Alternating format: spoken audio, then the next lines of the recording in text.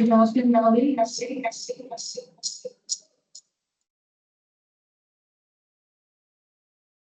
I think we will give it another minute or two because there's 13 people now in the meeting. So let us just give it another minute or two and then we can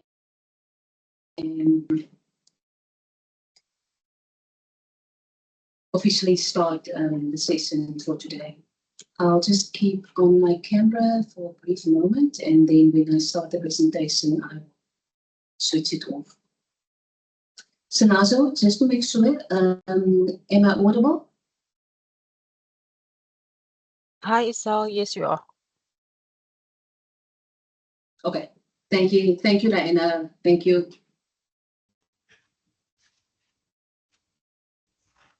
Okay, colleagues, I think we're going to start. There will be a recording available, so the colleagues that are joining late, they can just make use of the recording. So I'm just going to switch off my camera and then I will move on to the presentation. Colleagues, thank you for joining us for this fourth information session of the Postdoctoral Office. We're really grateful that you have joined us today for this session. So I will be presenting this session today on international postdocs and immigration. I'm joined here by my colleague Joan as well in the room. So Joan is just here for moral support as well. Just before we start, I would just like to say that the Postdoc Office, we strive to provide a one-stop shop for our postdocs as well as the research community. But I think it's important that we should realize that when it comes to international postdocs and to immigration, the mandate belongs to Stellenbosch University International. So Stellenbosch University International is ultimately responsible for immigration-related matters. But because we want to strive to be a one-stop shop, we will offer as much support to our postdocs as well as to our academics. And if we can no longer assist, we will then refer it to our colleagues at the International Office. We will also, as you can see today, we only have half an hour. So it's really a short session that we have. So we will have a future session later in the year with our colleagues from the International Office, Stellenbosch University International, where we will talk about the services that they give from their point of view. And we will also invite one of the medical aid companies, health insurance companies that we make use of, Momentum. We will invite them to that session as well. And then we will also invite a colleague from Home Affairs to just give us an overview on what they can offer to us. So just setting the scene for today.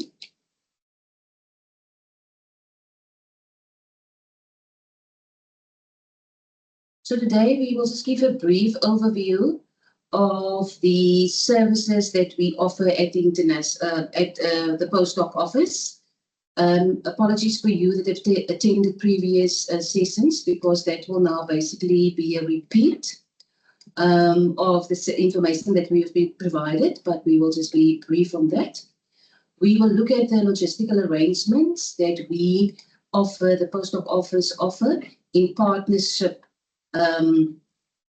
with the International Office. And then we will look into each of that specific categories. For example, immigration, the visa application process, temporary accommodation, we will have a look at health insurance, as well as the questions that we have. Apologies, colleagues, I think my slide is not moving. Just one moment. So give me 1 second quickly, please. Later. Okay, there we go. Okay, so that is our overview for today. We will look into those sections. As I said, a brief overview of the office.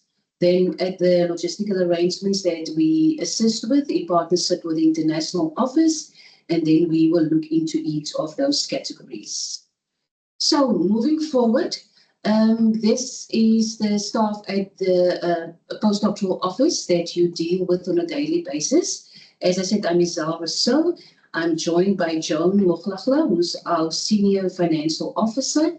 So Joan deals with everything relating to payments for our office, and then Sindiswa attends to the general administration for the Postdoctoral Office. So our director is Mr. Newton Lewis, and we fall under the Division for Research Development. Our senior director is Dr. Tarina Teron, and we fall under the audit of Prof. Sibusiso Moya, who is the EVC for Research, Innovation, and Postgraduate Studies.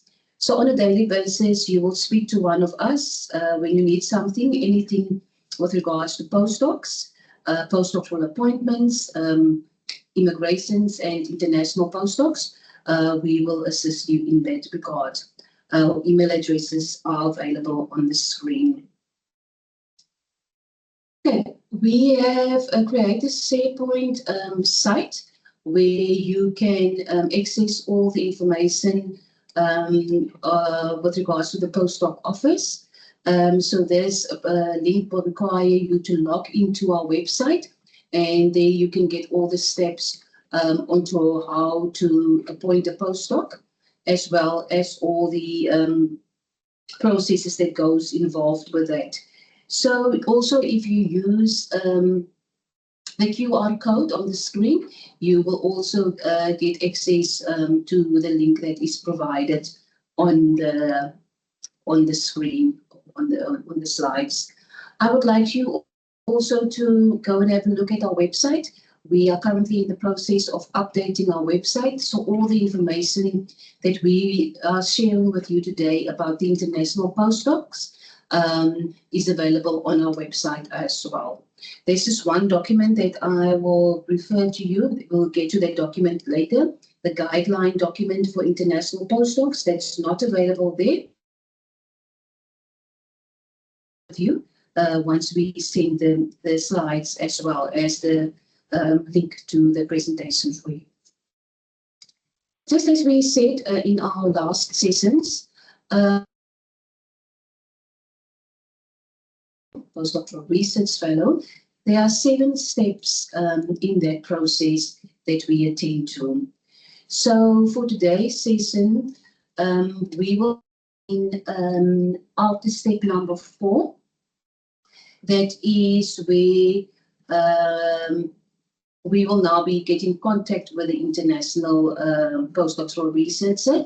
This is after the host have informed us that the person will be appointed as an international postdoctoral research fellow at Stellenbosch University.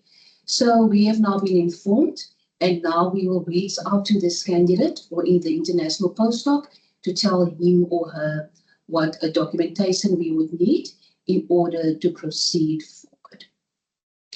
So as I said, there are various other steps, but today the main focus is international postdocs and immigration. As previously mentioned, we work closely with Stellenbosch University International.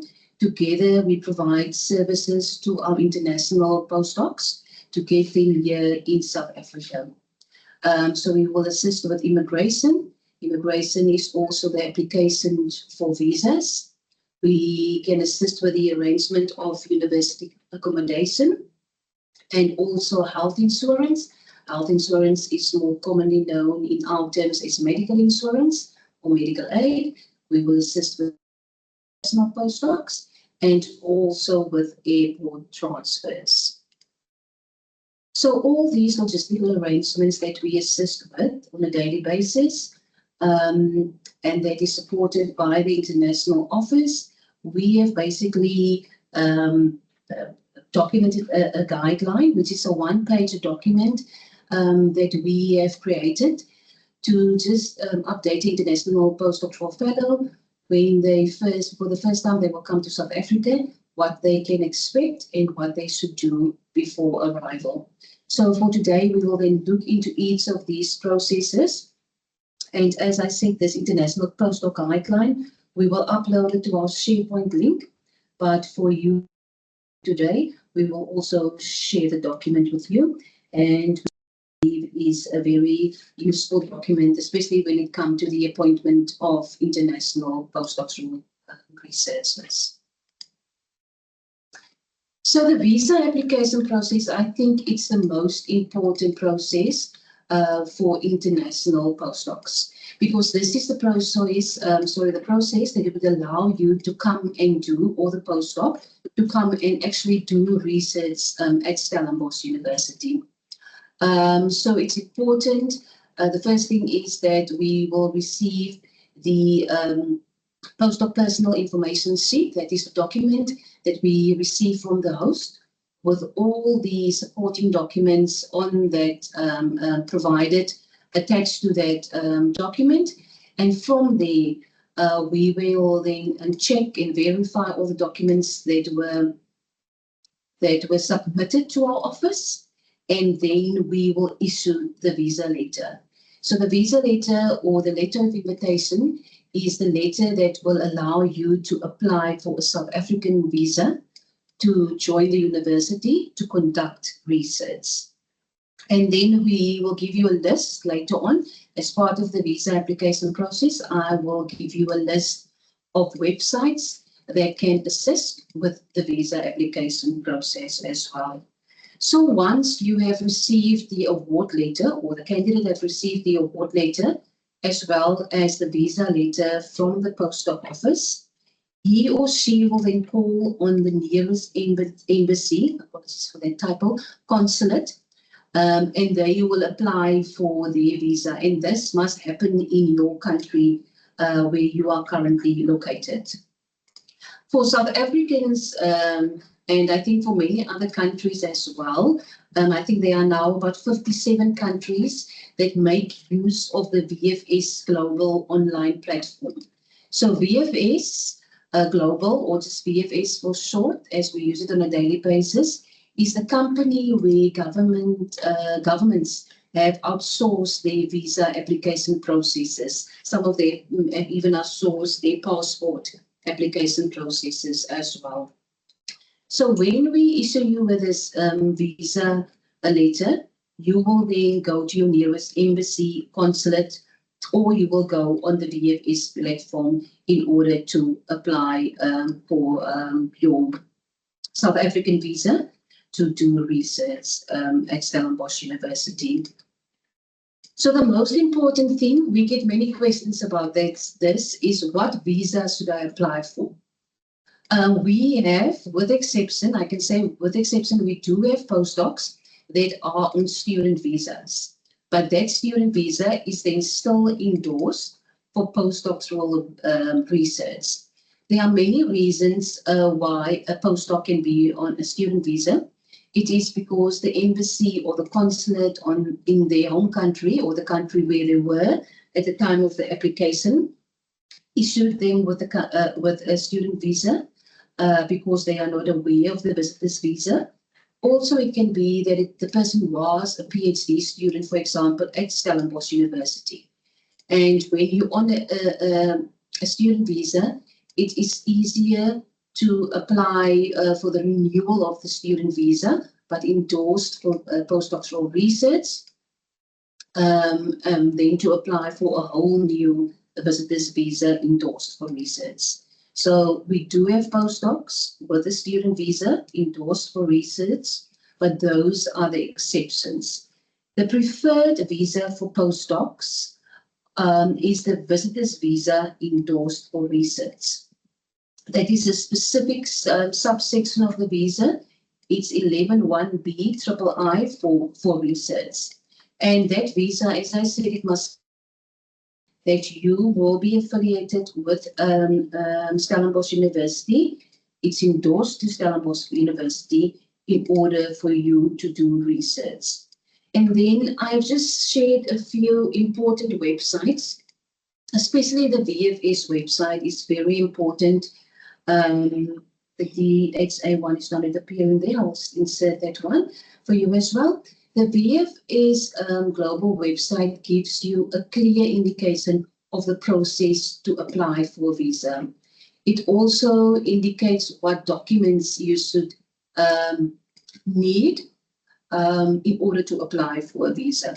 When you start the visa application process, it's very important that you familiarize yourself, or the candidate familiarize him or herself with the documentation and the information that would be needed for the visa. Usually the visa, if you're in a country abroad, usually the visa take anything between 6 and 8 weeks.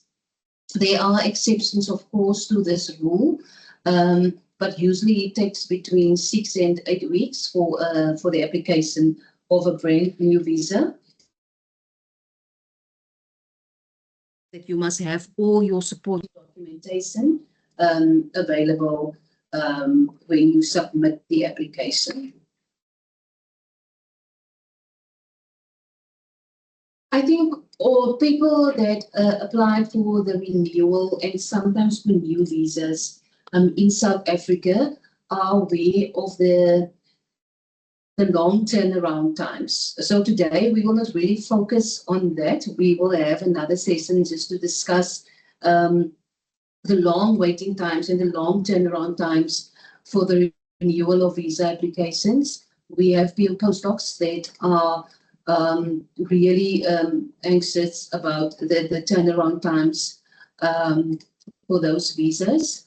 But the Department of Home Affairs is aware of those visas that have been submitted, and they have now also issued a new directive to extend all people with pending current visa applications for renewal and various others as well until the 31st of December 2024.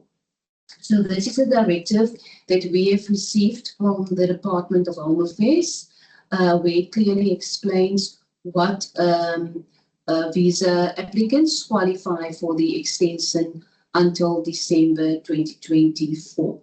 And usually when you have a pending visa, this document confirms that you are allowed to travel with your expired visa and the VFS receipt that you've received from VFS to attend conferences, etc. Also, if one of your postdocs have a pending visa that they are waiting on for a long time, I'm now not speaking about this the period of between 6 to 8 weeks. I would say if there's a pending visa for a period of longer than 8 weeks, you can let us have a copy of that person's VFS receipt and passport. If it's a registered postdoc, we should have a copy of the passport, but you can let us have a copy of the VFS receipt. There is a list that Stellenbosch University International submits on a monthly basis to IASA, and they then work on the processing of those visa applications just to speed up the turnaround times in terms of the visa applications. Yeah, and so we moved on. So, as I said, the first logistical service that we provide together with the International Office is the visa application process assistance. If you need any assistance or clarity after you have worked through the documents and the information online, you are more than welcome to reach out to our office for assistance. Okay, so next we will look at accommodation and airport transfers. As we know, Stellenbosch is a student town, and accommodation is really a scarcity here in the student town, and it's also not accommodation is also not of the cheapest if you think about the rates that people pay to rent a flat in Stellenbosch. But it is important to note that Stellenbosch University International can offer temporary accommodation to postdocs that is, however, subject to availability. It's also important to note that this accommodation is not only for postdoctoral researchers. They will share with postgraduate students, and some of the senior accommodation student houses are made available for share with some of the postgraduate students. And this accommodation is, of course, available on Stellenbosch campus as well as at our Tygerberg campus. So you can either send an inquiry to our international office, which is Interhouse@Sun, or to our post to assist you in terms of accommodation.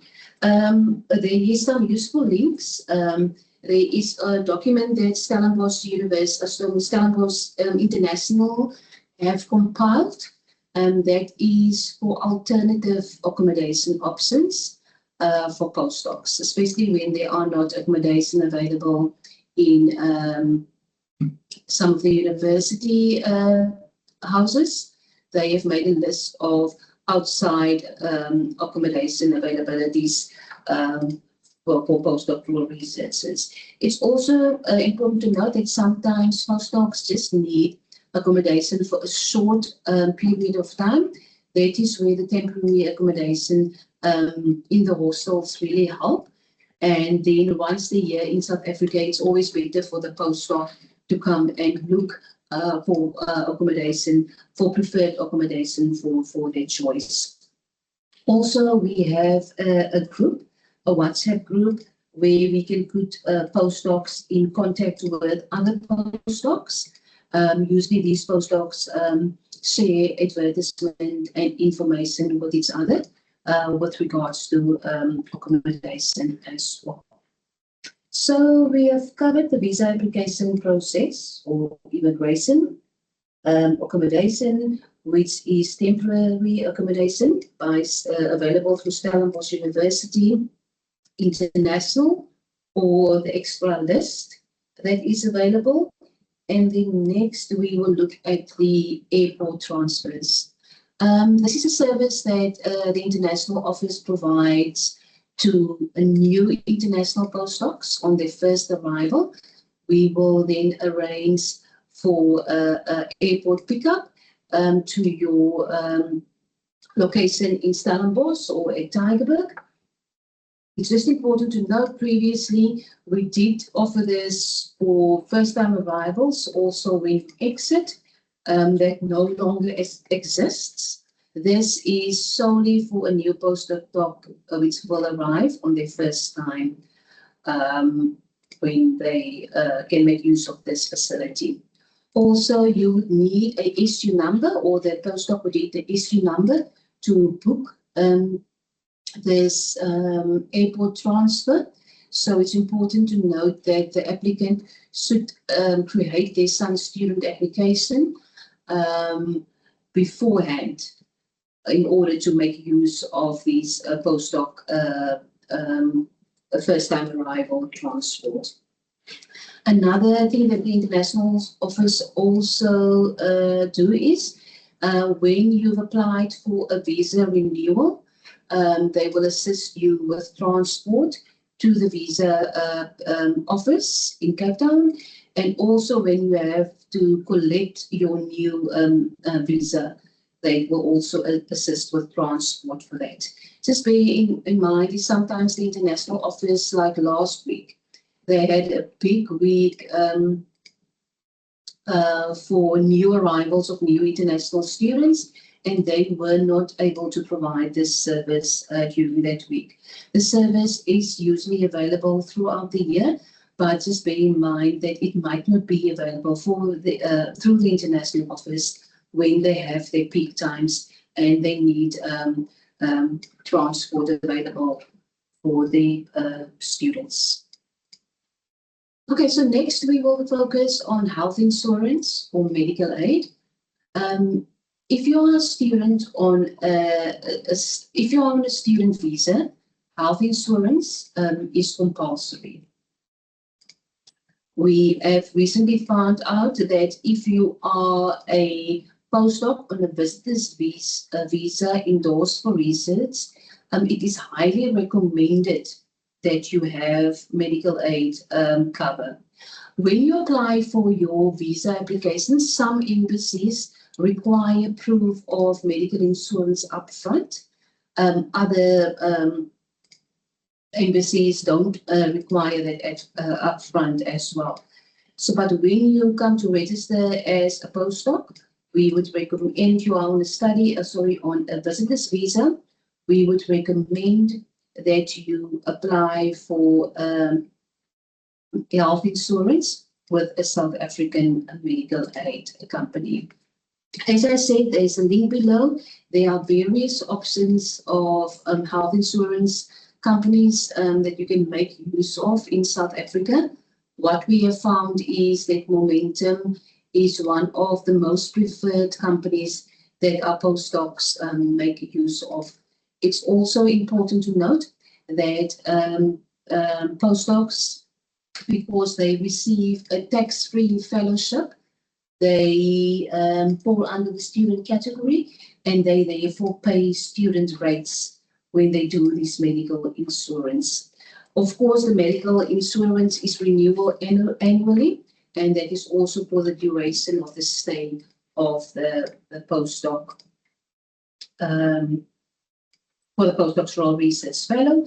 And as we said, compulsory, it is needed for registration. If a postdoc is on a student visa, it is highly recommended for a fellow to be on a person out of country. Anything can happen, and there are always sometimes there are time lapses between countries, and it can be difficult to get hold of your medical aid company in your home country. That is why we highly recommend medical aid with a South African medical aid company, and also it is really affordable because it's for you pay the student rate. And that's about it for today. We have covered the visas, the accommodation, the transport, and the health insurance. And just to mention that we will have future sessions on the health insurance, as well as with the Department of Home Affairs, a colleague from the Department of Home Affairs, and our colleagues from Stellenbosch University International. Just a reminder for all registered postdocs to ensure that they submit their payment forms timelessly. We usually want all payment forms by the 20th of each month to ensure that all payments are processed without any delay. And just as we are speaking now, the Postdoctoral Capacity Development Program is also in full swing. We have a postdoctoral capacity development program that is run in collaboration with the Postgraduate Office. That is the wraparound support program. So please encourage your postdocs to make use of that opportunities as well. Currently, as I said, we have 331 postdocs. Half of that postdocs are international postdocs from Africa, as well as from other international countries. And we are really here to support and assist our international postdocs as far as we can. And if we cannot, we would be able to refer them to the relevant department or colleague who would be able to do so. Then also the NRF Saral Postdoctoral Fellowship Call is open. Joan will share that. Joan, did you see it already? Today. That call will be shared through our network. And then we just asked all postdocs to save the date of the 9th of September. That is the planned date for when the DVC will meet the postdoctoral fellows. Okay, that's our contact details. Again, postdocinfo@sun.ac.za. If you need anything, please reach out to us, and we thank you for your time.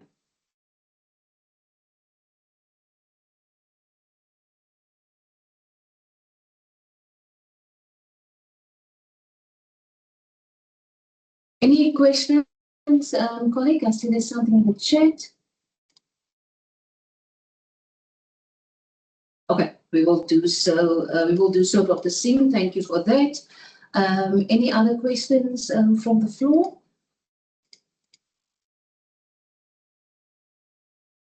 Okay. Pleasure. If there's no other questions, we will close the session. As I said, you are more than welcome to email us, and we will assist you with your inquiry, and we will make the information available that we have shared. Thank you so much, colleagues.